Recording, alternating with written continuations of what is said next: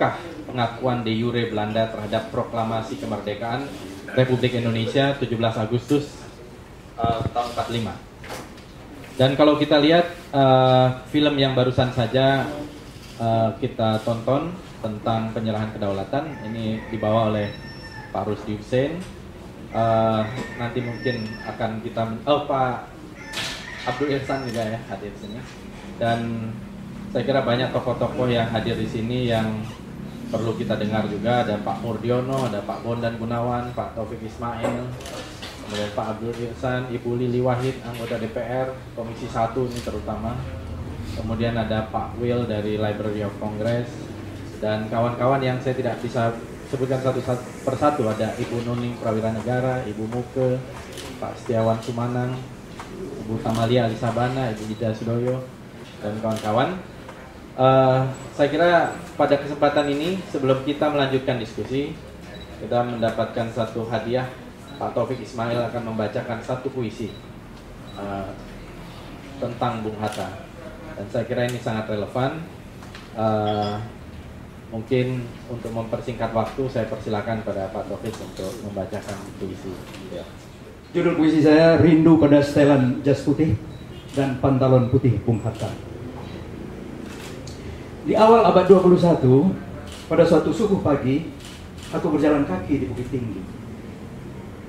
Hampir tidak ada kabut tercantum di leher Singgalang dan Merapi yang belum dilangkahi matahari. Lalu lintas kota kecil ini dapatlah dikatakan masih begitu sunyi.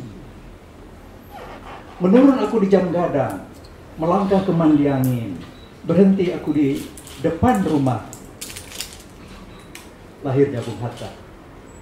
Di rumah beratap seng nomor 37 inilah di abad 20 lahir seorang bayi laki-laki yang kelak akan menuliskan alfabet cita-cita bangsa di langit pemikirannya dan merancang peta negara di atas prahara sejarah manusianya. Dia tidak suka berhutang.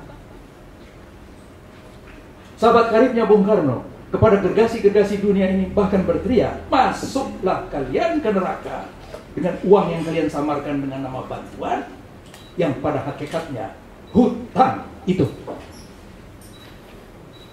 Suara lantang 36 tahun yang silam itu kini telah terapung di Ngaresiano, hanyut di Kali Brantas, menyelam di Laut Banda, melintas di Selat Makassar, hilang di arus Sungai Mahakam, kemudian tersangkut di tenggorokan 200 juta manusia. Aku jalan kaki pagi-pagi di Bukit Tinggi. Aku merenung di depan rumah beratap seng di mandi angin nomor 37 itu yang di awal abad 20 yang lalu tempat lahir seorang laki-laki. Aku mengenal negarawan jenius itu dengan rasa penuh hormat karena rangkaian panjang mutiara sifat, tepat waktu, tunai janji, ringkas bicara, lurus jujur, hemat serta bersahaja. Angku Hatta. Adakah garam sifat-sifat itu masuk ke dalam sup kehidupanku? Kucatat dalam puisiku, aku lebih suka garam dan tidak gemar gincu. 7 rindu sudah berlalu, dan aku ingin menyusun sebuah senarai perasaan rindu. Rindu pada sejumlah sifat dan nilai yang kini kita rasakan hancur bercerai-berai. Kesatuan sebagai bangsa, rasa bersama sebagai manusia Indonesia, ikatan sejarah dengan pengalaman derita dan suka. Inilah kerinduan yang luput dari sekitar kita. Kita rindu pada penampakan dan isi jiwa yang bersahaja, lurus yang tabung, waktu yang tepat berdentang, janji yang tunai, kalimat yang ringkas padat, tata hidup yang hemat. Tiba-tiba kita rindu pada Bung Hatta, pada setelan jas putih dan pantalon putihnya, simbol perlawanan pada desain hedonisme dunia. Tidak sudi berhutang, kesederhanaan yang berkilau gemilang. Kesederhanaan. Ternyata aku tidak bisa hidup bersahaja. Terperangkap aku dalam kerangkeng hidup, dalam kerangkeng bajang materialisme, boros dan jauh dari hemat. Agenda serba bendaku ditentukan oleh merek 1000 produk impor, iklan televisi, dan gaya hidup imitasi. Bicara ringkas, susah benar aku melisankan pikiran secara padat. Agaknya genetika Minang dalam perangkaian kromosomku mendiktekan sifat bicaraku yang berpanjang-panjang. Aku Hatta, bagaimana aku bisa bicara begitu? Hemat dan padat, tertib dan apik. Sekali aku mengintip angku pada suatu siang di Jalan Diponegoro, pada suatu makan siang di Jalan Diponegoro yang begitu tertib dan apik, tepat waktu. Bung Hatta adalah teladan tepat waktu untuk sebuah bangsa yang selalu terlambat. Dari 1000 rapat, 900 biasanya telat. Kegiatanku yang tepat waktu satu-satunya adalah ketika berbuka puasa. Kelurusan dan kejujuran. Pertahanan apa yang mesti dibangun dalam sebuah pribadi, sebuah bangsa kita bisa selalu jujur. Jujur dalam masalah rezeki, jujur kepada istri, jujur kepada suami, jujur pada diri sendiri, jujur kepada orang banyak yang bernama rakyat. Rakyat yang selalu di atas namakan itu.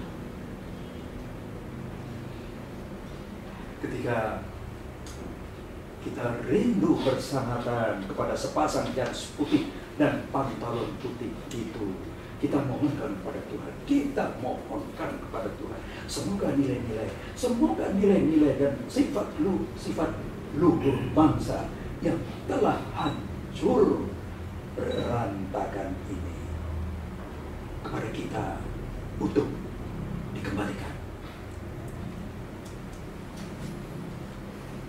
Assalamualaikum warahmatullahi wabarakatuh. Dan bapak-bapak, ibu-ibu yang saya hormati, kesempatan pertama diskusi kali ini akan diberikan kepada Pak Rusdi Hussein, adalah sejarawan, dan kemudian Pak Batara Hutagalung.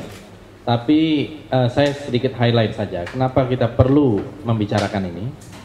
Saya kira untuk menggugah satu diskusi, karena sampai sekarang ini secara resmi pemerintah Belanda itu hanya mengakui proses penyerahan kedaulatan tanggal 27 Desember tahun 49. Ya, padahal seluruh dunia yang lain mungkin mengakui ya sebagai 17 Agustus tahun 45. Apakah memang ini satu hal yang penting atau tidak, atau konsekuensi-konsekuensi apa yang bisa kita dapatkan, dan mungkin ada kepentingan nasional apa yang bisa kita dapatkan kalau kita bisa mendapatkan satu pengakuan secara de jure dari pemerintah Belanda terhadap proklamasi 17 Agustus 45 ketimbang yang 27 Desember tahun 49.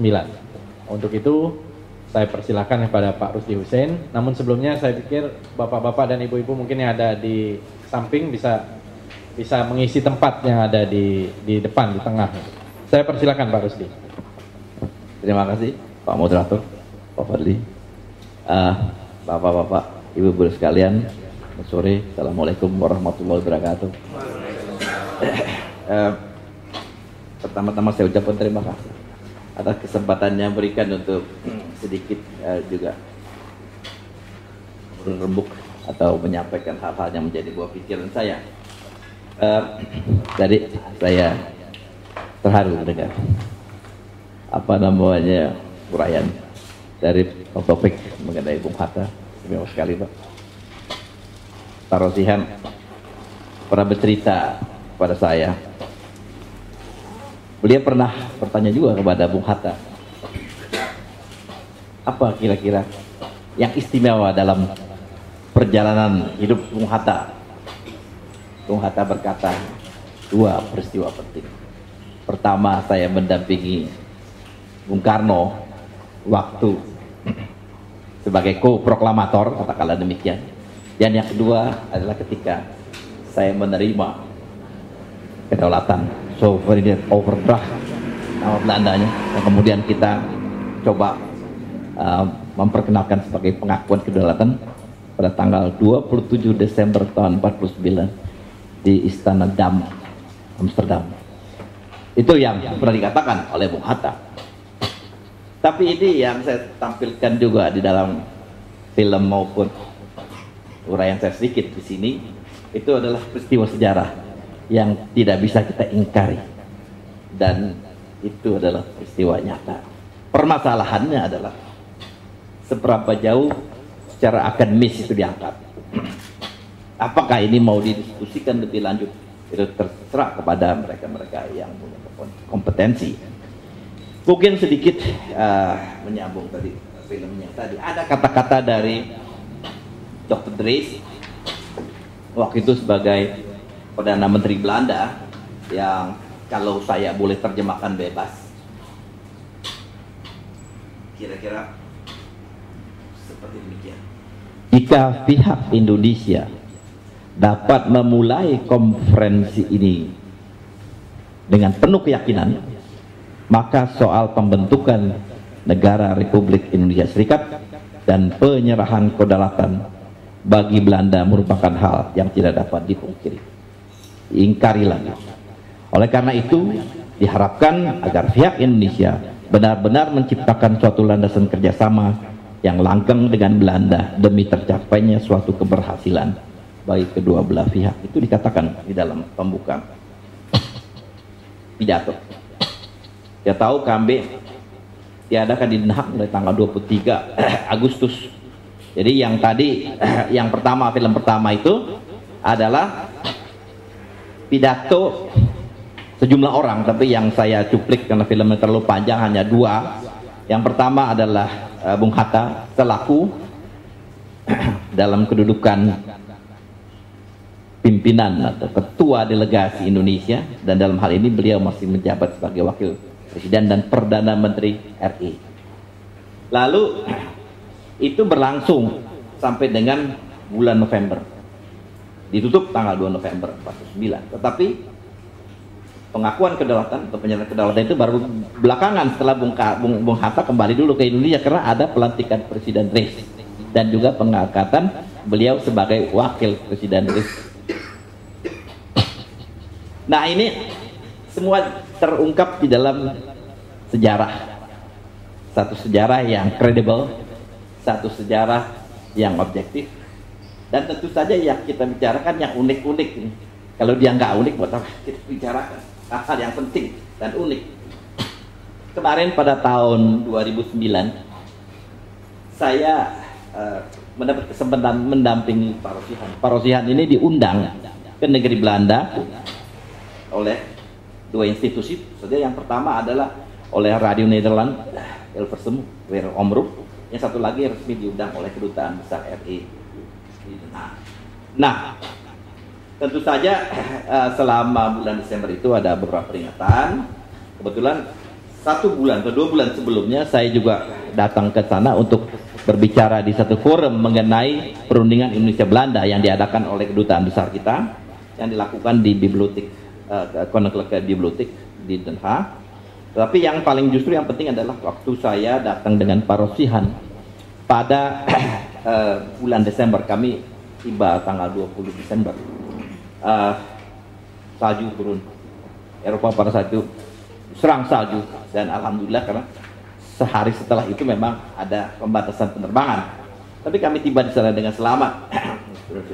Nah, apa maksudnya, kaitannya? Jadi Pak Rosihan ini ternyata adalah seorang wartawan peliput peristiwa konferensi KMB, dan juga meliputi mengenai pengakuan kedaulatan itu pada tanggal 27 Desember tahun 1949 yang masih hidup. Hampir semua wartawan yang meliput baik Indonesia maupun luar negeri itu sudah tidak ada. Jadi Pak Rosihan ini satu hal yang istimewa. Jadi waktu belum berangkat memang ada sakit, kita ragu-ragu apakah mungkin ini, tapi ternyata alhamdulillah pada saatnya beliau bisa berangkat. Kami tiba di sana, dan untuk itu di negeri Belanda diadakan beberapa peringatan, antara lain juga pembuatan rekaman video untuk TV dan wawancara dan sebagainya. Tapi kebetulan di sana sedang ada satu komite, ya kan, dipimpin oleh Nicodemus Schulte kalau nggak salah ya. Itu dalam rangka memperjuangkan agar pemerintah Belanda mengakui proklamasi 17 Agustus 45 di Ure.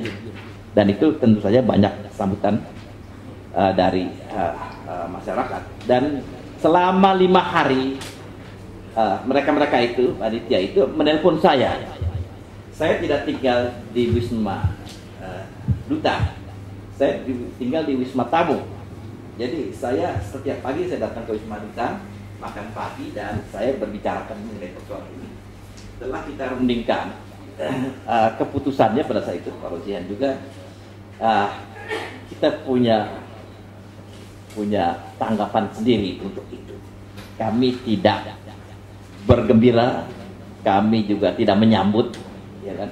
Tapi kami katakan ya kami cukup berpendapat baik untuk hal tersebut. Nah itu ada juga sebuah filmnya, nanti kalau sekarang kita putar.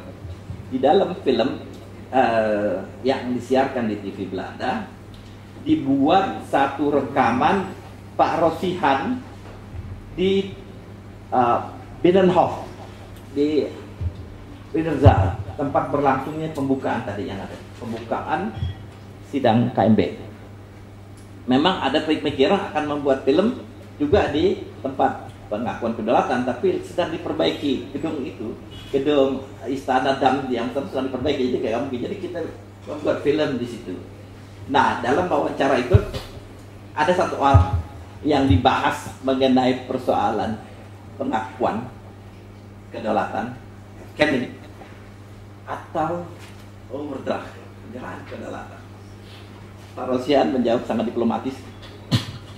Ya mungkin saja Belanda yang yuridis legis pokoknya menginginkan hal seperti begitu, penyerahan, overdraft. Tapi bagi saya pada tanggal 17 Agustus tahun 45 Soekarno dan Hatta telah memproklamasikan Republik Indonesia merdeka. Itu selesai sudah, final sudah buat kami hal tersebut. Jadi dengan perkataan lain itu terjawab sebetulnya semua gonjang-ganjing, pancingan pers dan hal-hal yang dianggap mau dipermasalahkan gitu. Jadi kedatangan kita tidak membuat suatu polemik berkelanjutan yang akan menimbulkan pertanyaan. Dan memang kedatangan kami menurut Pak Rosihan adalah melakukan napak tilas. Pak Rosihan sudah menerbitkan buku untuk ini, sudah diterbitkan oleh Kompas. Ya, itu namanya napak tilas 60 tahun wartawan KMB 1949. Ya seperti biasa, dan seperti buku-bukunya Petit Histoire 1, 2, 3 dan akan terbit yang keempat. Beliau bicara enteng-enteng saya tapi menarik. Ada hal-hal yang kemukakan di mana bab terakhir sangat menarik supaya kita juga bisa memaknai sejarah kolonial itu. Karena dari situ kita bisa belajar. Dari situlah kita bisa justru menempatkan kedudukan kita sebagai bangsa terjajah yang kemudian bisa merdeka. Suatu perjuangan yang tidak kecil, seperti dikatakan oleh Bung Hatta tadi. Mereka mengorbankan harta, mengorbankan jiwa, bahkan tidak sedikit, hampir kita lihat di kecamatan-kecamatan seluruh tanah air ada kubur dengan bendera kaleng. Nah itu ya antara lain secara sekilas yang saya kemukakan. Nah kita tahu bahwa saja memang perjalanan sejarah Indonesia Belanda ini penuh dengan gelombang naik turun, pasang surut, hate and love and hate, gitu kan masalah selalu dikatakan. Nah hal ini memang semuanya menuai pemikiran-pemikiran baru. Tentu saja Belanda secara ekonomi gigit jari melihat orang-orang atau bangsa lain yang bisa memanfaatkan situasi hubungan Indonesia, dan Belanda tidak mendapat keuntungan banyak untuk itu. Banyak kegagalan-kegagalan yang dia temui. Ada satu film yang baru dibuat, itu ada di negeri Belanda, di TV Belanda, diterbitkan oleh Bill and Colette. Itu film mengenai sejarah. Salah satu yang dikupas adalah peranan dari Prince Bernhard di dalam rangka penyelesaian Iran Barat. Rupanya Prince Bernhard ini bicara juga dengan Kennedy, dan itu sangat disesatkan bangsa Belanda dan terutama oleh Menteri Luar Negeri Luns. Dikala mereka sedang berjuang agar Belanda itu tidak bisa lepas, tapi Prince Bernhard itu berbicara sesuatu atau katakanlah nggak tahu bagaimana ceritanya, sehingga seolah-olah lebih memfasilitasi Amerika Serikat yang dalam hal itu sebagai juru tengah yang menyelesaikan, dan pada akhirnya kembali ke pangkuan Republik Indonesia. Nah, hal-hal semacam ini memang di Belanda sampai hari ini, apakah berkaitan dengan veteran, apakah berkaitan dengan masyarakat Belanda sendiri yang sebagian masih ngotot mengenai persoalan 27 Desember adalah kita punya patokan mengenai Indonesia merdeka, ataupun kelompok dari Nico CS itu yang ingin memperjuangkan bagi yang saya bicarakan Pak Weslian, itu urusan mereka. Bagi kami 17 Agustus 45 sudah final dan tidak ada urusan. Kami juga tidak rugi mengenai persoalan itu. Memang ada perkembangan baru, kedatangannya Bot ya, dan Paul Kenende pada tahun 2003, periode 2005 dan sebagainya. Antara lain juga Paul Kenende, Bot juga mendapatkan bintang dari disematkan oleh Duta Besar Fani Habibie waktu itu. Tapi yang ingin saya kemukakan terakhir adalah mengenai persoalan KMB ini. Memang kemarin di Indonesia hampir tidak ada peringatan mengenai pengakuan segalakan, seolah-olah hilang bagaikan angin lalu. Tapi apakah kita juga harus tidak memperingati kita kembali ke negara kesatuan tanggal 17 Agustus tahun 50? Apa makna daripada perubahan-perubahan itu? Apa yang terjadi? Sejarah berbicara apa? Ada bagian daripada bukti-bukti otentik, objektif ya, mengenai peristiwa-peristiwa itu pada tanggal 14 Agustus tahun 50. Sidang parlemen RIS menerima dengan bulat dengan perbandingan suara 80 lawan 12 tidak setuju, 87 mengenai rancangan undang-undang negara kesatuan RI. Saya tanya kepada Bang Buyung Nasution mengenai hal ini, dan beliau sangat tertarik untuk mempersoalkan. Memang RIS tidak pernah dibubarkan. RIS ditransformasikan menjadi RI. Kalau sampai RIS dibubarkan, banyak menimbulkan permasalahan karena KMB diselenggarakan di bawah kesaksian PBB, UNCI, United Nations Commission for Indonesia. Dan kabarnya saya sendiri juga belum mempelajari, ya, Bang Buyung cerita sama saya, ada klausul yang menyatakan di dalam Undang-Undang Dasar RIS bagi negara federal yang ingin bersatu dengan salah satu negara besar, satu kemungkinan gitu, semacam itu akan coba kita lihat. Nah, saya mempertanyakan ini karena hal ini penting ya. Kita tahu bahwa KMB ya tidak bisa lepas dari tidak bisa lepas dari lobby RI terhadap negara-negara Arab dan negara-negara Asia. Kita tahu India yang tahun 48-49, padahal dia baru saja merdeka pada bulan Agustus tahun 47, amat vokal membela kepentingan RI. Misalnya dari tanggal 20 sampai 23 Januari 49, Perdana Menteri India itu mengadakan konferensi di New Delhi untuk membicarakan agresi militer Belanda kedua. Semua protes. Peserta konferensi banyak sekali. Dan inilah kurang lebih yang kemudian membawa persoalan kepada sidang PBB. Nah, dalam sidang PBB itu akhirnya keluarlah yang namanya resolusi 28 Januari 49. Resolusi 28 Januari sangat penting, sangat menentukan sekali, karena berdasarkan ini kemudian urut-urutannya sampai kepada Rum Royan dan tentu saja kepada KMB.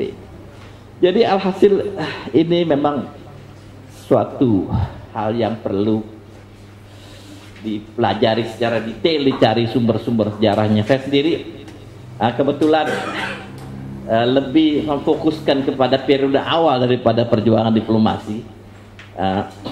Saya baru saja menulis buku mengenai terobosan Soekarno dalam perundingan Indonesia Belanda tahun 46 Lingkar Jati, dan saya baru mulai mencari permasalahan-permasalahan dalam persoalan KMB.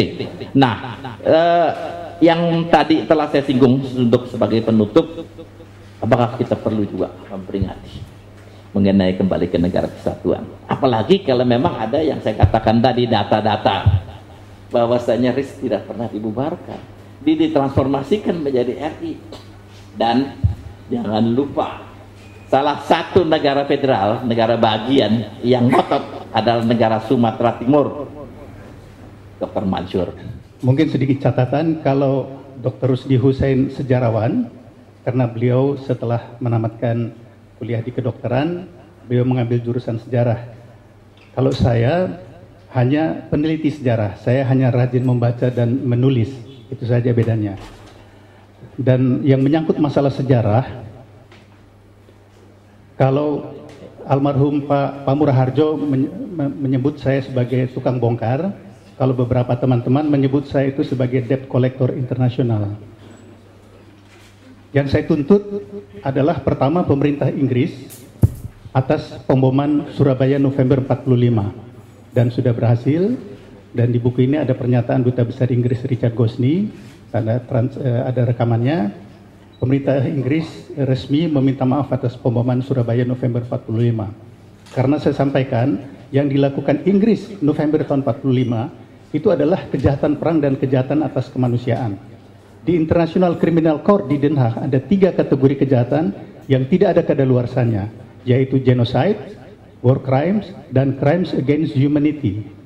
Mungkin sedikit informasi, bulan Oktober tahun yang lalu, seorang Jerman, mantan tentara Jerman, Heinrich Bure, usianya 88 tahun, dimajukan ke pengadilan di Aachen di Jerman, dan bulan Februari tahun ini dijatuhi hukuman penjara seumur hidup di usia 88 tahun karena tahun 44 dia membunuh 3 penduduk sipil di Belanda. Pertanyaannya, bagaimana dengan ratusan ribu rakyat Indonesia yang dibantai oleh Belanda antara tahun 46 sampai tahun 49? Satu pun tidak ada yang dimajukan ke pengadilan. Sebagai contoh, tadi Dr. Rusdi telah memutarkan film mengenai KMB. Jadi di balik itu, ya, di tengah-tengah perundingan perdamaian Indonesia Belanda pada 5 September tahun 49, satu pejuang kemerdekaan kita, Walter Robert Mongensidi, dieksekusi. Jadi bayangkan di tengah-tengah perundingan perdamaian. Jadi menurut saya dari dulu sampai detik ini pemerintah Belanda tetap melecehkan bangsa Indonesia. Pelimpahan kewenangan, bukan pengakuan kemerdekaan. Oleh karena itu pemerintah Belanda tetap memegang versi ini, karena ini menurut Belanda merupakan hadiah dari Belanda. Dan Republik Indonesia Serikat itu dipandang sebagai kelanjutan dari pemerintah Hindia Belanda. Perjanjian KMB dibatalkan sepihak oleh pemerintah Indonesia tahun 56, tapi sudah sempat dibayarkan 4 miliar gulden. Jadi ini memang yang luar biasa dalam masalah kemerdekaan. Kalau Suriname merdeka dari Belanda dapat 2 miliar dolar, tapi kita harus membayar. Ya, jadi ya, kita memang harus pertanyakan lagi bagaimana kita. Selain itu juga ada beberapa hal yang menurut saya fatal dari hasil KMB, yaitu masalah Irian Barat yang tidak dimasukkan Yang ini sampai sekarang de jure untuk pemerintah Belanda, Irian Barat bukan bagian integral dari Republik Indonesia. Oleh karena itu tahun 2000, kebetulan Bapak Irsan di sini waktu itu juga Duta Besar Indonesia di Belanda yang mengetahui bahwa pemerintah Belanda waktu itu menugaskan Profesor Peter Droglever untuk melakukan penelitian mengenai pepera. Jadi hasil penelitiannya 5 tahun, diterbitkan dalam buku setebal 700 halaman lebih dengan judul Act of Free Choice. Dengan satu kalimat ketika ditanya wartawan, dia menjawab pepera itu adalah satu penipuan besar. Sekarang yang menjadi masalah, tahun 69 PBB sudah mengakui Irian Barat sebagai bagian dari Republik Indonesia. Mengapa setelah 30 tahun pemerintah Belanda mengangkat lagi? Dan buku ini menjadi acuan akademis bagi gerakan separatis. Ya. Nah, itu beberapa contoh-contoh permasalahan yang ditinggalkan oleh KMB. Lalu dalam judul makalah saya hari ini, itu adalah masalah keabsahan proklamasi 17 Agustus tahun 45. Kalau Pak Rosihan di Belanda itu menjawab dengan diplomatis bahwa pandangan Belanda adalah kemerdekaan Indonesia 27 Desember tahun 49 dan kita tetap berpegang pada 17 Agustus tahun 45, itu memang tidak salah. Tetapi kami dari Komite Nasional Pembela Martabat Bangsa dan juga organisasi yang dibentuk oleh komite ini, yaitu khusus Komite Utang Kehormatan Belanda, di mana ketua Dewan Penasihat itu adalah Laksamana Pertama Mulyo Wibisono, ada di sini, dan Dewan Penasihatnya juga adalah Bapak Abdul Ihsan. Bahkan Bapak Abdul Ihsan waktu masih menjabat sebagai duta besar di Belanda sudah mendukung kegiatan kami. Dan ini juga kami bukukan ketika kami memprotes perayaan 400 tahun VOC secara besar-besaran di Belanda sepanjang tahun 2002. Dan ini kami menyelenggarakan seminar bersama kedutaan Belanda untuk membahas dua sisi dari VOC. Dan di dalam sambutan ini saya sudah menyampaikan pertama kali tahun 2002 bahwa pemerintah Belanda adalah satu-satunya negara di dunia yang mempunyai hubungan diplomatik dengan Indonesia. Untuk saya diplomatik itu tanda kutip, tetapi tidak mau mengakui de jure kemerdekaan Indonesia. Jadi di sini saya tulis juga bahwa ini adalah satu hubungan tanda kutip diplomatik yang aneh. Kalau menurut kami, apabila dua negara ingin melakukan hubungan, menjalin hubungan diplomatik, sudah seharusnya keduanya itu saling mengakui de jure kedaulatan dan kemerdekaan masing-masing. Pertanyaannya, apabila yang satu tidak mengakui legalitas dari negara yang lain, bagaimana dapat dijalin suatu hubungan diplomatik? Jadi menurut saya, ini pernah juga saya bahas juga dengan almarhum Pak Ali Alatas. Beliau hanya menjawab, ya beliau 11 tahun menjadi Menteri Luar Negeri, di Indonesia ada kedutaan Belanda, di Belanda ada kedutaan Indonesia, that's it, selesai. Ya, saya pernah menyampaikan juga ke Pak Mur waktu kita ketemu di acara di Gedung Mahkamah Konstitusi. Ya, pernah saya sampaikan juga. Jadi, kalau tadi disebutkan mengenai RIS, Republik Indonesia Serikat, hasil konferensi meja bundar, kalau tadi Dr. Rusdi menyampaikan bahwa RIS tidak pernah dibubarkan, menurut saya ini salah. RIS resmi dibubarkan tanggal 16 Agustus tahun 50. Dan makanya Soekarno waktu itu sebagai Presiden RIS menerima mandat kembali dari Mr. As'ad Datuk Mudo. Nah, jadi menurut saya pelurusan sejarah ini sangat penting. Karena untuk saya, Presiden Republik Indonesia kedua itu adalah Mr. As'ad Datuk Mudo, de jure dan de facto, karena beliau mendapat pengangkatan ketika Soekarno menjadi Presiden RIS, ya, di mana RIS itu terdiri dari 16 negara bagian. Maka Mr. As'ad Datuk Mudo ini adalah Presiden Republik Indonesia. Jadi sayang, mungkin kesian dia ikut PRRI yang kalah, jadi namanya hilang dari buku sejarah. Ya, dan ini manipulasi sejarah kita yang luar biasa besarnya. Jadi walaupun saya bukan dari Sumatera Barat, tapi saya mendukung rehabilitasi nama Mr. As'ad Datuk Mudo bahwa dia harus dikukuhkan sebagai Presiden Republik Indonesia. Nah, mengenai kedua atau ketiga mungkin dengan mertuanya Mbak Nuning ini, Syafruddin Perwira Negara, sebagai kepala negara atau kepala pemerintahan waktu itu juga, ya. Jadi itu harus dijelaskan. Tetapi begitulah pentingnya kita membuka kembali lembaran sejarah. Nah, kembali kepada RIS. Setelah dibentuk RIS 27 Desember tahun 49, satu persatu negara bagian itu membubarkan diri atau dibubarkan oleh rakyatnya, seperti Republik Jawa Timur. Dipaksa oleh rakyatnya untuk membubarkan diri. Sampai akhirnya tinggal 3 negara, Republik Indonesia Timur, dan Republik Sumatera Timur, yang akhirnya sepakat untuk semua dilebur kepada Republik Indonesia. Nah, masuk kepada inti dari tulisan saya, bahwa proklamasi 17 Agustus tahun 45 dipandang dari sudut manapun sah. Jadi kalau dilihat dari sudut pandang hukum internasional, international law, itu ada konvensi Montevideo tanggal 26 Desember tahun 33 yang ditandatangani oleh 20 negara Amerika, yang menyebutkan syarat-syarat mendirikan satu negara, yaitu adanya wilayah, adanya penduduk permanen, dan adanya pemerintahan. Butir keempat itu ada kemampuan untuk menjalin hubungan dengan negara lain. Nah, 3 butir pertama itu sudah selesai sampai bulan September tahun 45.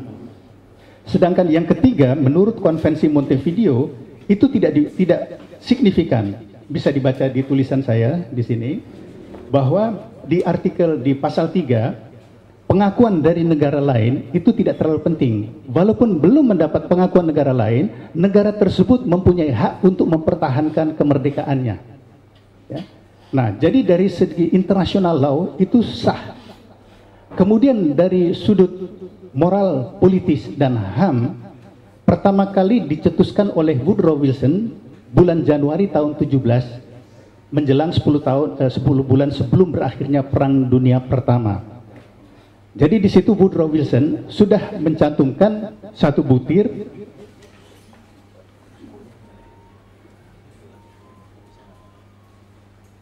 Saya kutip penjelasannya, a free, open-minded, and absolutely impartial adjustment of all colonial claims based upon a strict observance of the principle that in determining all such questions of sovereignty of the interest of the population concerned must have equal weight with the equitable claims of the government whose title is to be determined. Itu tahun 17. Pada waktu itu Franklin Roosevelt adalah wakil Menteri Kelautan di kabinet Woodrow Wilson. Ketika dia menjadi presiden tahun 33 dan pada Perang Dunia Kedua, kita kenal di buku sejarah yang dinamakan Atlantic Charter bulan Agustus tahun 41, di mana Roosevelt bersama-sama Churchill mengeluarkan Piagam Atlantik. Butir 3 menyebutkan, tidak berbeda jauh dengan formulasi Wilson, yaitu they respect the right of all peoples to choose the form of government under which they will live, and they wish to see sovereign rights and self-government restored to those who have been forcibly deprived of them. Kalimat ini lebih dikenal sebagai right for self-determination of people.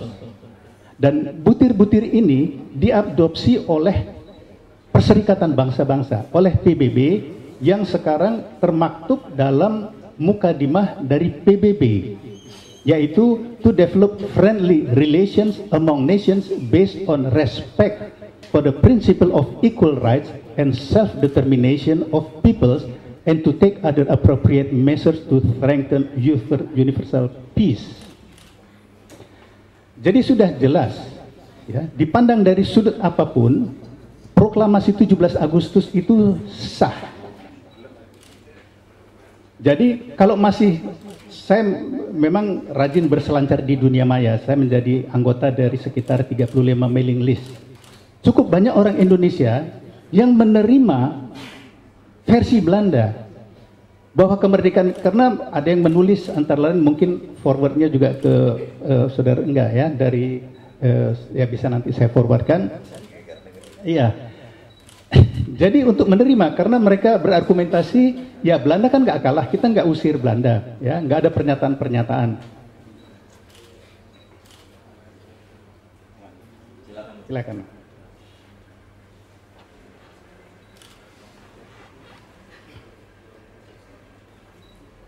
Jadi membiarkan saja ya, versi Belanda tersebut. Nah, menurut pendapat kami, alasan dari pemerintah Belanda waktu itu melancarkan yang mereka namakan aksi polisional, ya, karena mereka menganggap itu adalah masalah internal dalam negeri. Mungkin bapak-bapak masih ingat alasan mereka itu untuk membasmi rampokers, perampok, pengacau keamanan, ekstremis yang dipersenjatai Jepang. Kalau kita tidak membantah versi ini, ya, kita tidak perjuangkan, berarti kita membiarkan orang menilai pahlawan-pahlawan kita yang ada di Taman Makam Pahlawan di mana di seluruh Indonesia itu adalah perampok, perusuh, pengacau keamanan dan sebagainya. Ini saya tulis waktu itu cukup besar yang dimuat di Harian Rakyat Merdeka. Singkatnya, menurut pendapat kami, makanya kami waktu itu mendirikan Komite Nasional Pembela Martabat Bangsa Indonesia. Menurut kami, masalah pengakuan de jure ini masalah martabat, ya, bukan masalah yang sepele-sepele, ya, tetapi masalah martabat. Kalau kita mau mengetahui dengan jelas versi dari Belanda, di makalah saya itu sebagai lampiran bisa dilihat pidato Menlu Ben Bot waktu itu tanggal 15 Agustus tahun 2005 di Den Haag. Dia menyebutkan jelas-jelas di situ, sudah saatnya pemerintah Belanda sekarang menerima de facto proklamasi kemerdekaan adalah 17 Agustus tahun 45. Menurut saya, ini seharusnya mengejutkan seluruh bangsa Indonesia, terutama pemerintah kita. Karena berarti sampai 17 Agustus tahun 2005, NKRI tidak eksis sama sekali untuk pemerintah Belanda. Dan ini saya berdebat 1 jam dengan Dirjen Bidang Politik Belanda, ya, tanggal 14 Januari tahun yang lalu. 1 jam, Mr. Peter de Hooyer. Ya. Bahwa saya sampaikan, kemerdekaan Amerika Serikat itu tetap 4 Juli tahun 1776 dan bukan hasil dari persetujuan perjanjian di Paris, ya, atau demikian juga dengan Hari Kemerdekaan Vietnam, ya, bukan setelah perjanjian perdamaian Vietnam dengan Perancis. Ya, jadi kalau memang baru terjadi perjanjian perdamaian antara Indonesia dengan Belanda tanggal 27 Desember tahun 49 yang kemudian dikoreksi dalam waktu beberapa bulan sampai akhirnya tanggal 16 Agustus tahun 50 dinyatakan negara yang diakui oleh Belanda itu bubar. Ini yang saya sampaikan termasuk ke Menteri Luar Negeri Belanda tanggal 14 Januari juga ketika saya diundang untuk berbicara. Saya sampaikan negara yang Anda akui itu tidak eksis lagi, ya.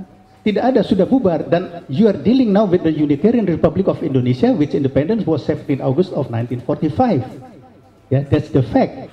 Nah, jadi kalau Anda masih tetap berpegang pada 27 Desember tahun 49, negara mana? Ya, negara itu tidak ada lagi. Nah, oleh karena itulah, menurut pendapat kami, mengenai masalah pengakuan de jure adalah masalah martabat.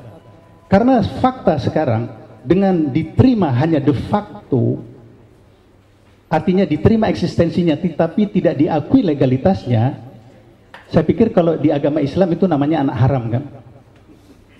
Ya, paralelnya begitu, anak haram. Saya nggak mau dibilang anak haram, oleh karena itu saya memperjuangkan Pak Wibisono dan saya 3 kali ke Parlemen Belanda dari tahun 2005, kami melobi berbagai pihak dan bisa dilihat di situ. Orang-orang yang kami lobby, Profesor Henk Schulte Nordholt, Ad van Lim, dan sebagainya, tanggal 22 Desember tahun yang lalu, mengeluarkan pernyataan di satu harian termasuk ternama, mungkin ada koresponden Radio Nederland di sini, Tosi Abu Priyadi, ya, bisa menyatakan bahwa NRC Handelsblad itu termasuk harian yang cukup atau sangat ternama di Belanda. Dan mereka di situ bisa dibaca di makalah saya, mereka menuntut pemerintah Belanda mengakui 17 Agustus tahun 45 sebagai kemerdekaan Indonesia. Ini adalah rangkaian terakhir. Sebelumnya Christa van Velzen, anggota parlemen Belanda juga dari Partai Sosialis, juga menyampaikan waktu berkorespondensi dengan saya sudah tahun 2005, ya, juga dengan partai oposisi. Tuntutan dari kami komite, karena ini menyangkut masalah martabat, ini yang akan kami sampaikan ke Komisi 1, insya Allah minggu depan bisa kami jalankan, atau paling tidak kami layangkan suratnya, di mana kami di situ seperti dalam tulisan saya mempertanyakan keanehan hubungan diplomatik Indonesia dengan Belanda. Indonesia misalnya dengan beberapa negara tidak punya hubungan diplomatik seperti dengan Taiwan atau dengan Israel. Tapi kita tidak ada masalah sama sekali dalam masalah hubungan dagang, hubungan apapun. Ya, turisme Indonesia Taiwan nggak masalah, dengan Israel. Bahkan tahun 80 kita melihat di Metro TV dalam Secret Operation, Indonesia membeli 36 pesawat tempur Skyhawk dari Israel. Nah, jadi saya mempertanyakan, seandainya pemerintah Belanda tetap melecehkan Indonesia, tidak mau mengakui de jure kemerdekaan Indonesia, putus hubungan. Apa ruginya Indonesia apabila tidak mempunyai hubungan diplomatik dengan Belanda? Mungkin tolong dijawab semuanya, ya, masing-masing dalam hati. Rugi nggak kita? Mungkin saya hampir habis, ya. Jadi itulah, jadi di ujung makalah saya mempertanyakan. Tetapi keuntungan untuk kita mempertahankan martabat sebagai bangsa. Wassalamualaikum warahmatullahi wabarakatuh. Terima kasih.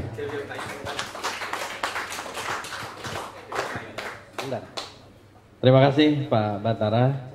Saya kira kita mempunyai dua pengantar yang sangat menarik, ya. Tadi juga ada Mbak Ela yang ikut dengan Pak Rus, bukan menemani Pak Rosihan Anwar ke KMB, ya. Ini putri dari Pak Rosihan Anwar.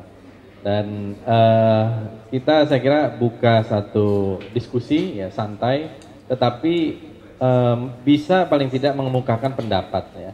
Ada dua argumentasi. Argumentasi pertama, kalau boleh mungkin diwakili oleh Pak Rusdi Hussein, dan dari pernyataan Pak Rosihan Anwar bahwa 17 Agustus 45 sudah final. Dan itu urusan mereka mau mengakui atau tidak. Nah, kita tidak ada ruginya.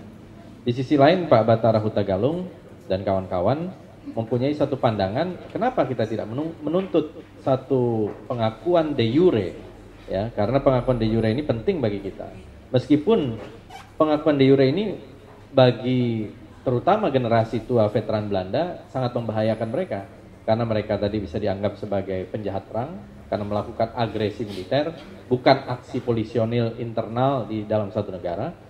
Kemudian kita juga bisa menuntut pampasan perang, kita juga bisa menuntut pelanggaran HAM yang dilakukan, misalnya seperti Westerling yang membantai ribuan orang, kemudian juga peristiwa Rawagede, ya, mungkin juga peristiwa-peristiwa lain selama masa dari tahun 45 sampai tahun 49.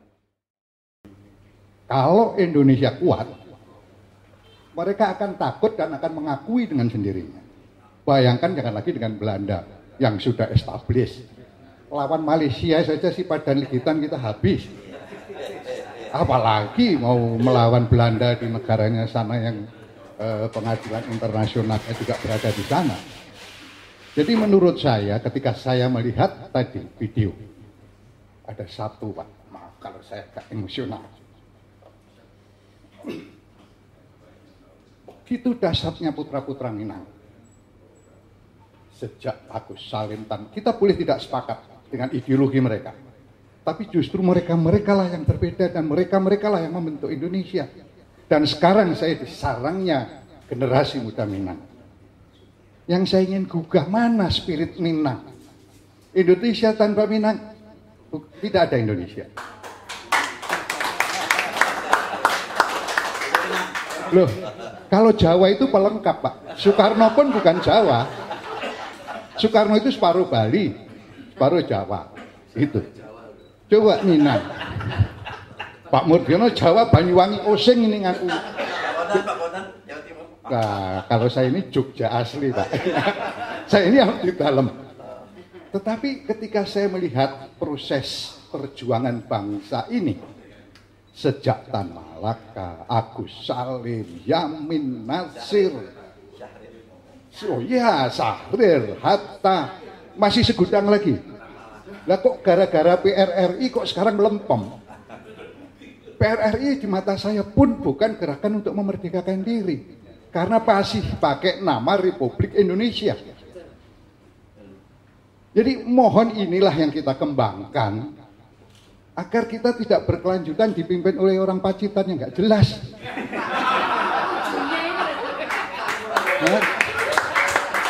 Indonesia Merdeka itu 17 Agustus, selesai. Para ahli silakan berdiskusi, silakan mengumpulkan data. Yang penting 17 Agustus itulah kita merdeka. Dan memang kemerdekaan itu melalui proses yang namanya revolusi kan. Jadi kalau revolusi nggak usah tanya tetangga kiri kanan. Pokoknya mau saya merdeka hari ini, titik, selesai. Bahwa ada masalah-masalah lain, itu para ahli yang mempunyai kewajiban untuk menyelesaikan.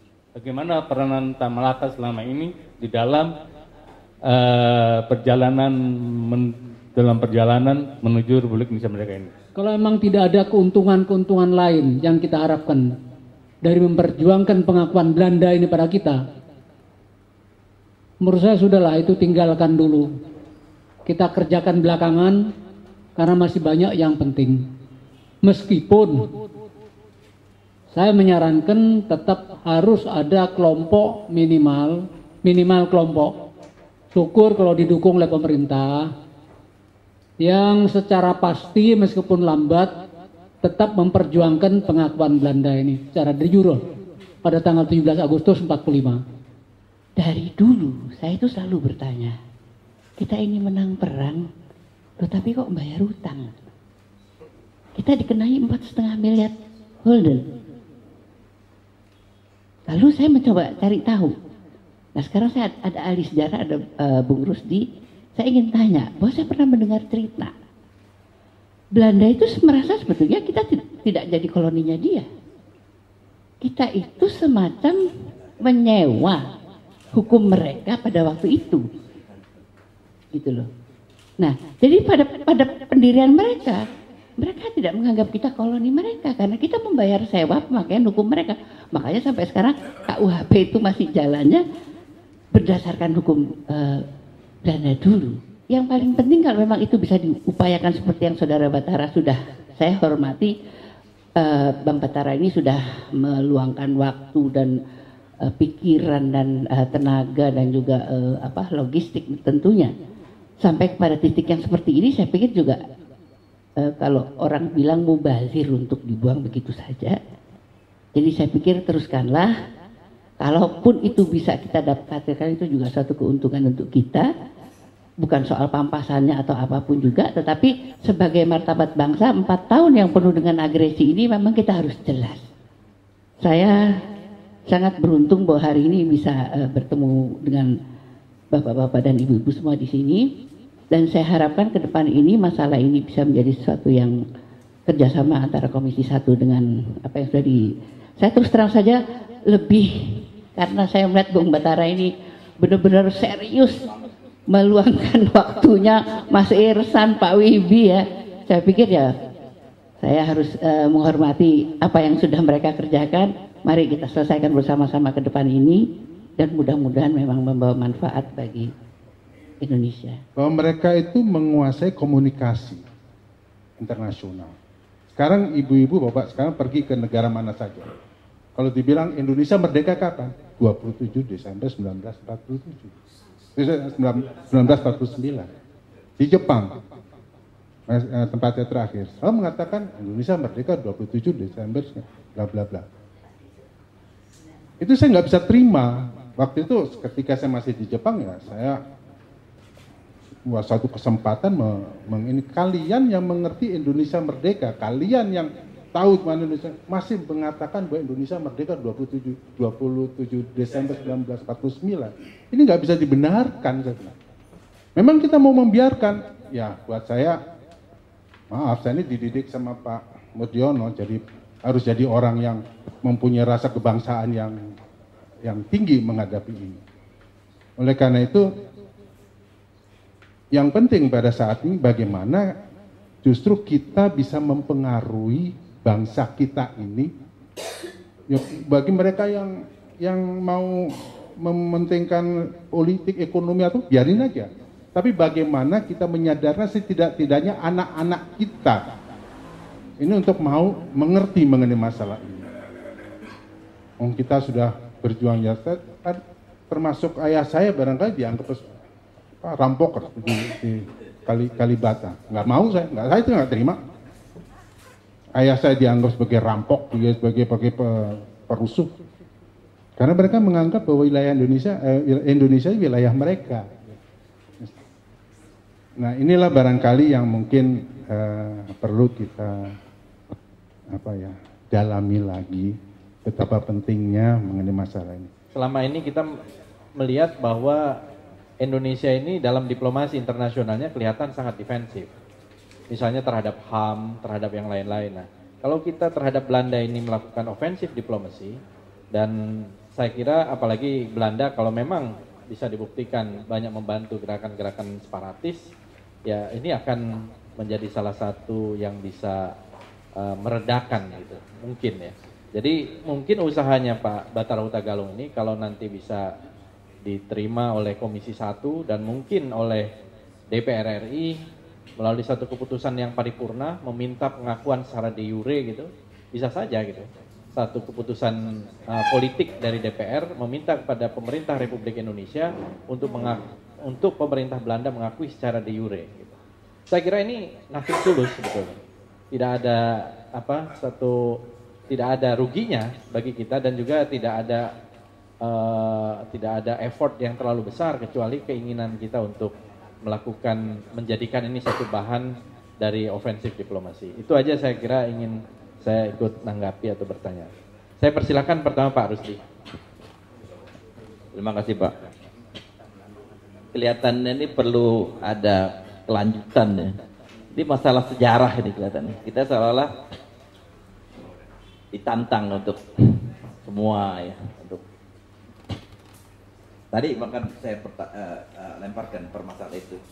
Saya terus terang saja belum melangkah untuk meneliti mengenai sejarah tahun 50. Saya belum melangkah, terus terang saja. Saya baca, saya tahu banyak yang bicara, saya dengar.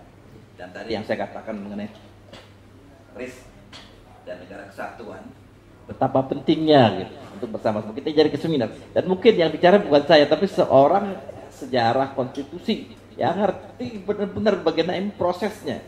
Saya punya teman namanya Pak Abi Ananda itu, dia mengajar di Fakultas Hukum mengenai sejarah konstitusi. Saya juga akan mengharapkan ada acara yang dengan LPRI, dia yang bicara. Jadi mungkin di forum ini juga, mungkin di tempat ini juga perlu kita pikirkan hal tersebut. Keterkaitannya dengan negara kesatuan itu yang menggelitik kita untuk mempermasalahkan kembali proklamasi 17 Agustus. Mempertanyakan tadi apa betul RIS itu bubar atau tidak bubar. Ini kebanyakan yang nggak tahu. Ada bukti-bukti ya di internet banyak sekali bisa kita baca. Tapi ada sebaiknya ada seorang yang ahli. Saya nggak ahli untuk itu. Nah, yang masalah kedua mengenai proklamasi. Ada anggapan-anggapan. Saya waktu saya membuat disertasi saya coba berdiskusi dengan Pak Hasan Wirayuda. Pak Hasan Wirayuda itu menjelaskan kepada saya dan saya hargai sekali. Waktu kita sama-sama pergi ke Linggarjati dalam rangka waktu itu peringatan 60 tahun perundingan Linggarjati di Kuningan, Jawa Barat, di mana Pak Hasan bilang kepada saya bahwasanya proklamasi kita itu memang kita akui oleh kita sendiri, self determination. Tetapi pada saat itu konvensi yang berlaku belum bisa menerima self determination itu. Pada saat itu masih berlaku, paham, ini ceritanya Pak Hasan ya, kita bisa undang dia kalau memang beliau bersedia untuk menceritakan, karena itu disertasi beliau. Itu sebabnya kenapa kemudian kita memang pantas melakukan satu tindakan-tindakan usaha-usaha yang disebut perjuangan diplomasi. Kita bersedia duduk satu meja bekas musuh kita.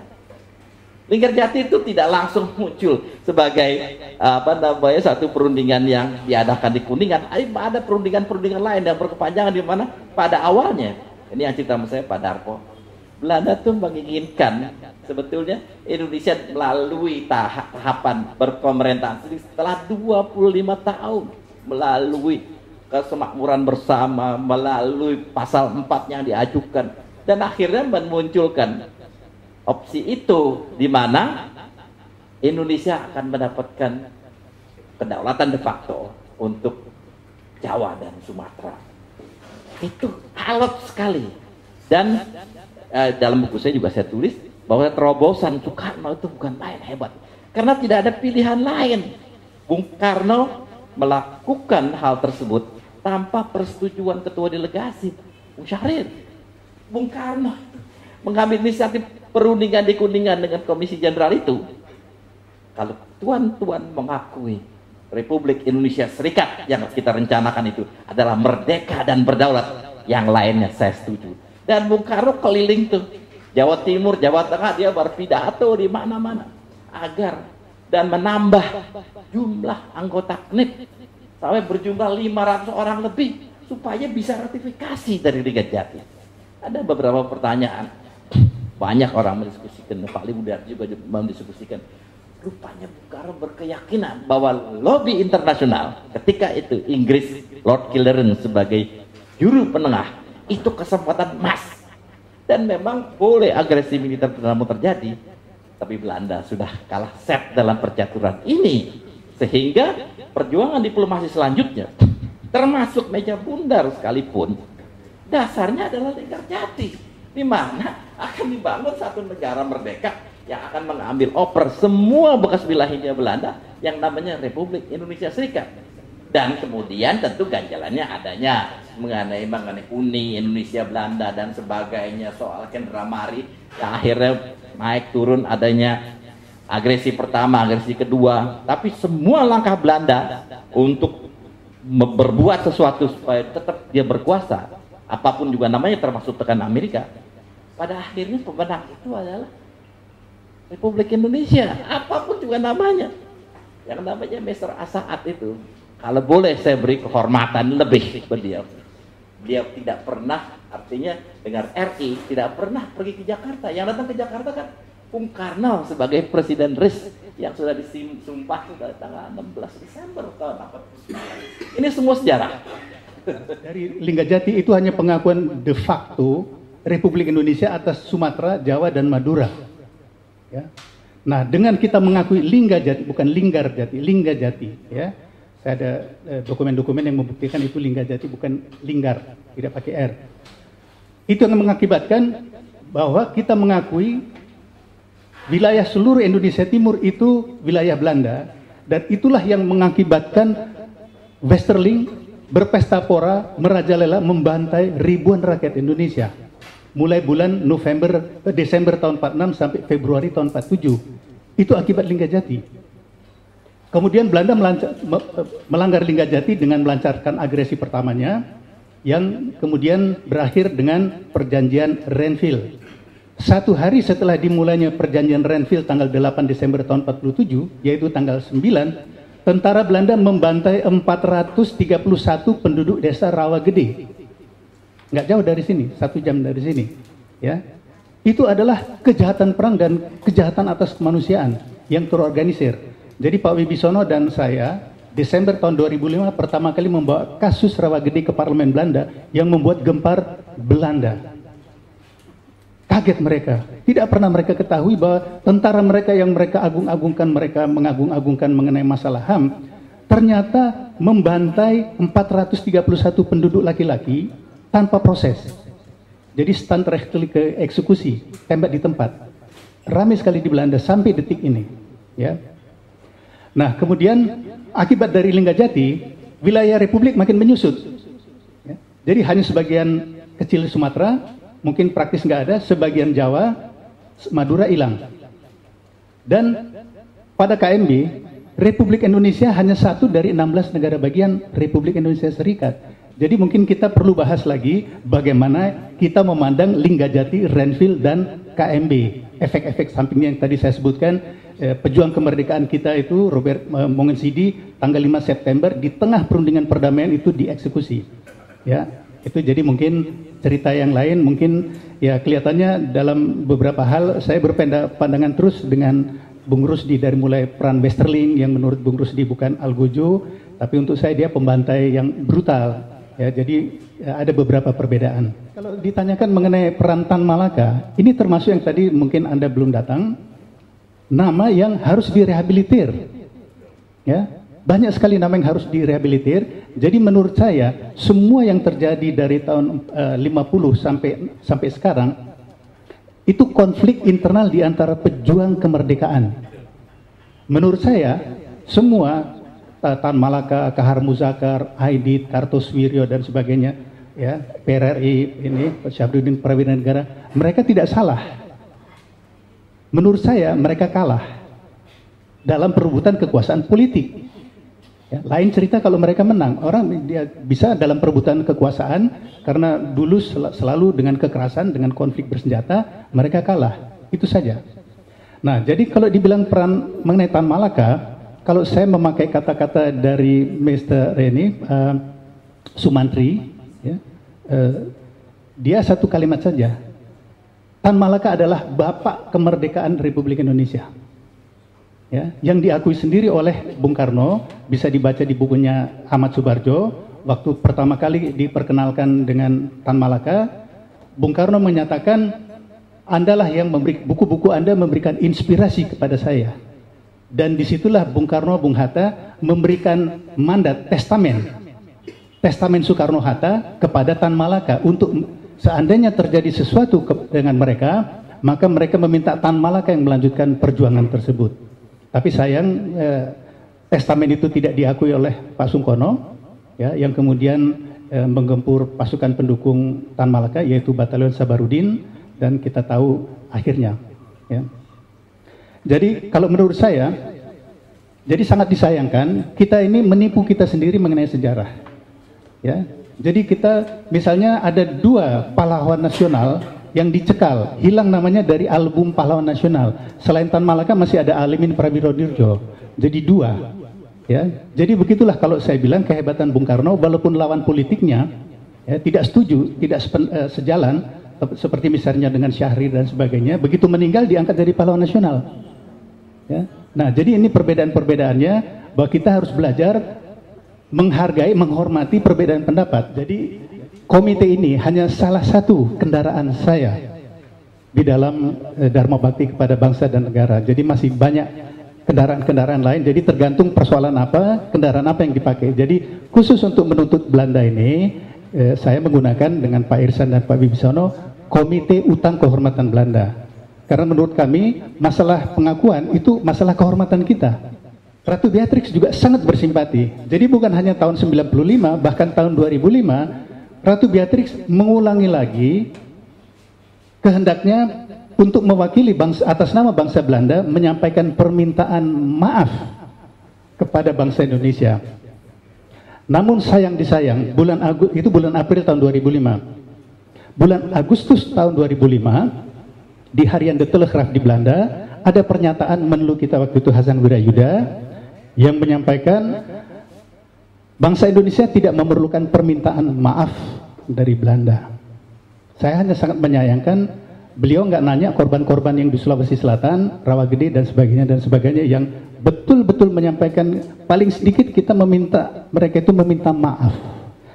Nah, jadi di petisi kami yang tertanggal 20 Mei tahun 2005 ada di lampiran di situ, Belanda terus menuntut pemerintah Jepang untuk meminta maaf atas penderitaan yang dialami oleh ratusan ribu kaum para interniran Belanda yang diinternir Jepang antara tahun 42 sampai 45. Dan itu sudah berhasil, dan saya cantumkan di situ. tanggal 2 Mei tahun 2005, Perdana Menteri Jepang waktu itu di Belanda, Koizumi, resmi menyampaikan permintaan maaf, profound regret. Nah, yang disampaikan oleh Menlu Belanda dan juga oleh Duta Besar Belanda, mereka hanya terbatas pada penyesalan, ya, regret. Tapi kalau Koizumi, profound apology, ya, permintaan maaf yang mendalam. Nah, jadi Belanda baru setengah jalan penyesalan. Sewaktu saya ditanya oleh Radio Nederland apa itu cukup, saya bilang tidak. Dia menyebutkan penyesalan atas tewasnya orang Indonesia dan orang Belanda. Yang kami tuntut adalah permintaan maaf atas agresi militer yang mengakibatkan ratusan ribu rakyat Indonesia tewas. Bahwa mereka juga menyesal atas tewasnya 6.000 tentara Belanda. Ya, itu urusan mereka, karena kesalahan mereka melancarkan agresi militer. Kalau mereka tidak melancarkan agresi militer, 6.000 itu tidak tewas, dan ratusan ribu di Indonesia juga tidak tewas. Nah, jadi di sini perbedaannya antara regret dengan apology, menyesal dan permintaan maaf. Waktu Jepang invasi ke Asia Tenggara, tanggal 9 Maret tahun 42, Belanda resmi menyerah kepada Jepang. Ya. Dan di atas dokumen itu menyerahkan semua wilayahnya kepada Jepang. Nah, jadi seharusnya ini pun menjadi hari peringatan bagi bangsa Indonesia bahwa 9 Maret tahun 42 resmi penjajahan Belanda di bumi Nusantara berakhir. Ya, ini sangat dilewatkan. Ya, ini kita tidak peringati. Cuma kami segelintir manusia yang hampir tiap tahun ke Kalijati melakukan peringatan. Kadang-kadang sulit di sana mendapat izin dari penguasa angkatan udara setempat. Ya, mungkin Mas Murdiono ya bisa bantu juga nanti kan. Ya, kesulitan lah karena itu wilayah angkatan udara masuk keluarnya itu pakai portal dan harus izin dan sebagainya. Nah, mungkin kalau di sini juga dari DPR menyatakan itu betul-betul situs nasional yang menjadi milik nasional, bukan milik angkatan udara. Karena menurut kami itu satu situs sangat bersejarah. Ya. Jadi kalau ditanya 350 tahun kita dijajah Belanda, kapan berhentinya? Bukan 17 Agustus tahun 45. Tidak. 9 Maret tahun 42, di situ ditulis oleh Pallard dalam memorandumnya tanggal 20 Januari tahun 49 di PBB.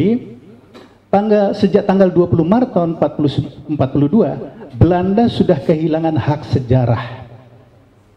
Jadi ketika bangsa Indonesia menyatakan kemerdekaannya, itu bukan merupakan pemberontakan kepada pemerintah Belanda karena tidak ada pemerintah Hindia Belanda.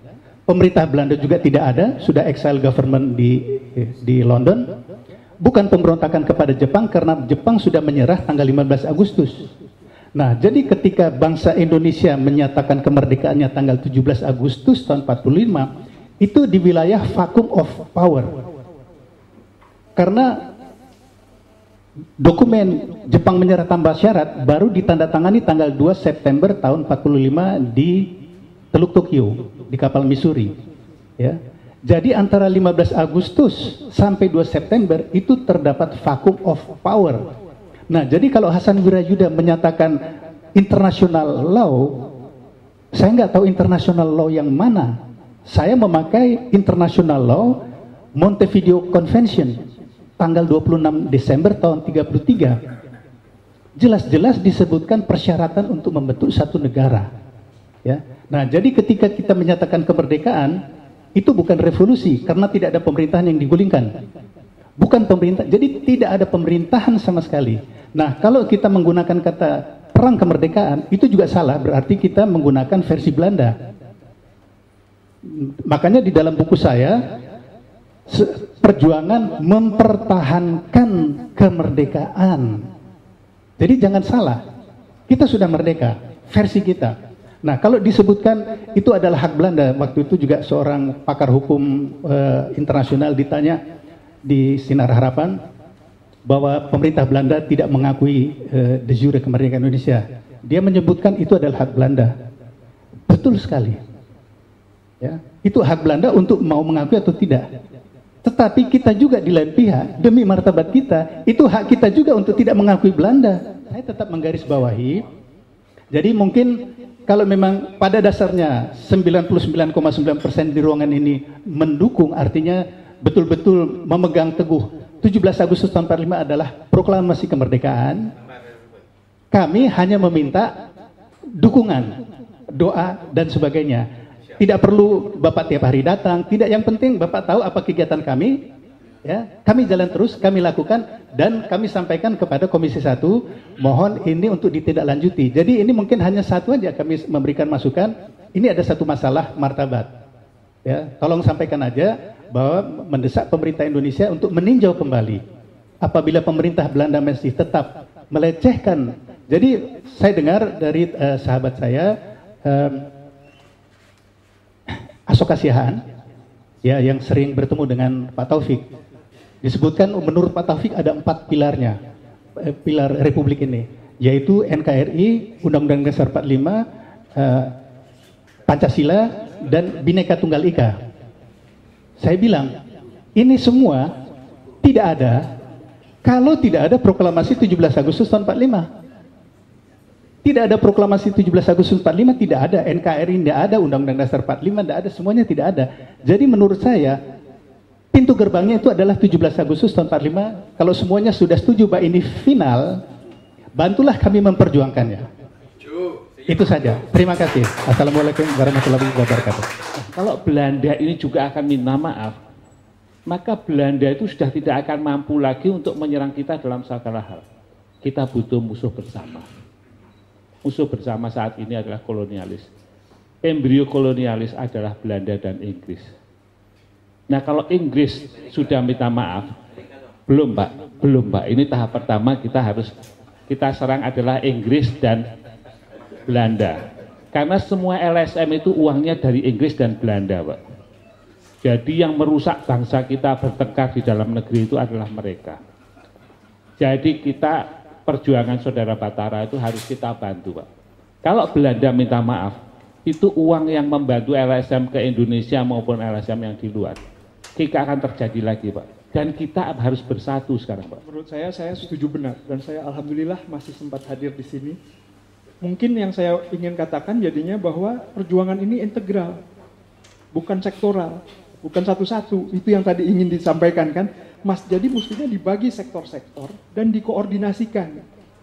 Ada yang keluar, ada yang ke dalam, ada yang kepentingan mana. Tidak semuanya seperti tadi dikatakan 100% berjuang buat itu saja. Nah, kalau yang saya ingin, tadi saya ucapkan juga di sana, saya yang di lapangan, mungkin karena saya tadi nggak menyebutkan siapa background pendidikan saya civil engineer, S2-nya untuk project management. Dan saya pernah sampai ke perusahaan juga memimpin ada yang 7.000 karyawan. Jadi cuman kalau saya nggak bilang apa-apa, ternyata di Indonesia nggak dianggap, Pak. ini bahaya kekeliruannya. Nah, secara integral itu yang saya lihat di dalam kepemimpinan dari bawah maupun ke atas, ternyata yang dinamakan kepemimpinan itu kita yang tidak mengerti, Pak. Bahwa, ya Pak ya, insya Allah, betul Pak. Nah itu Pak, nguong ke wong itu ternyata orang Jawa itu mengambilnya, dan ini termasuk yang saya suka bicara sama Pak Utario. Memang yang sekarang banyak wong Jawa yang nggak ngerti sebetulnya falsafah Jawanya yang dulu, Pak.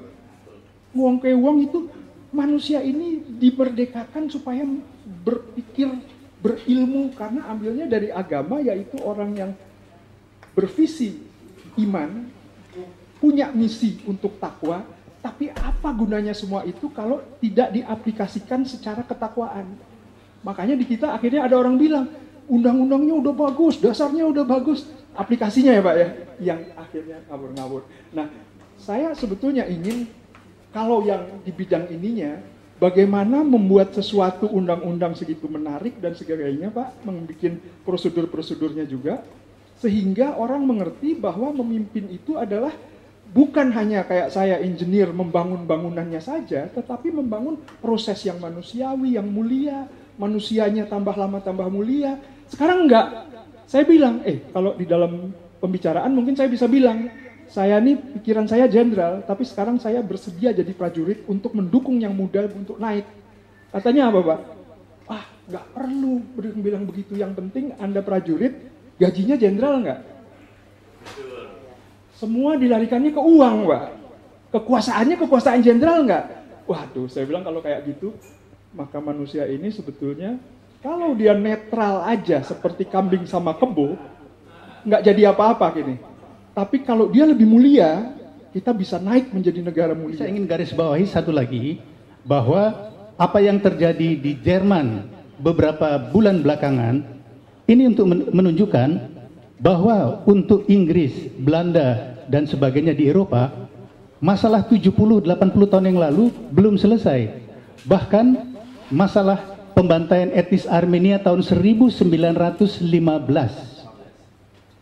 Ya, jadi hampir 100 tahun yang lalu, karena masuk kategori pembantaian etnis, dan itu di kategori pertama di International Criminal Court yang tidak ada kadaluarsanya. Jadi di Parlemen Eropa masalah pembantaian tahun 1915 terus dibicarakan. Nah, jadi agak aneh bagi kita di sini kalau kita mengikuti bahwa Belanda 60 tahun menuntut Jerman supaya Heinrich Bure dimajukan ke pengadilan dengan berbagai sedalih di segala macam, akhirnya berhasil juga. Ya. Jadi hanya 3 orang, kemudian 1 orang wartawan Belanda, Sanders Tunes, yang mati tahun 99 di Tim-Tim.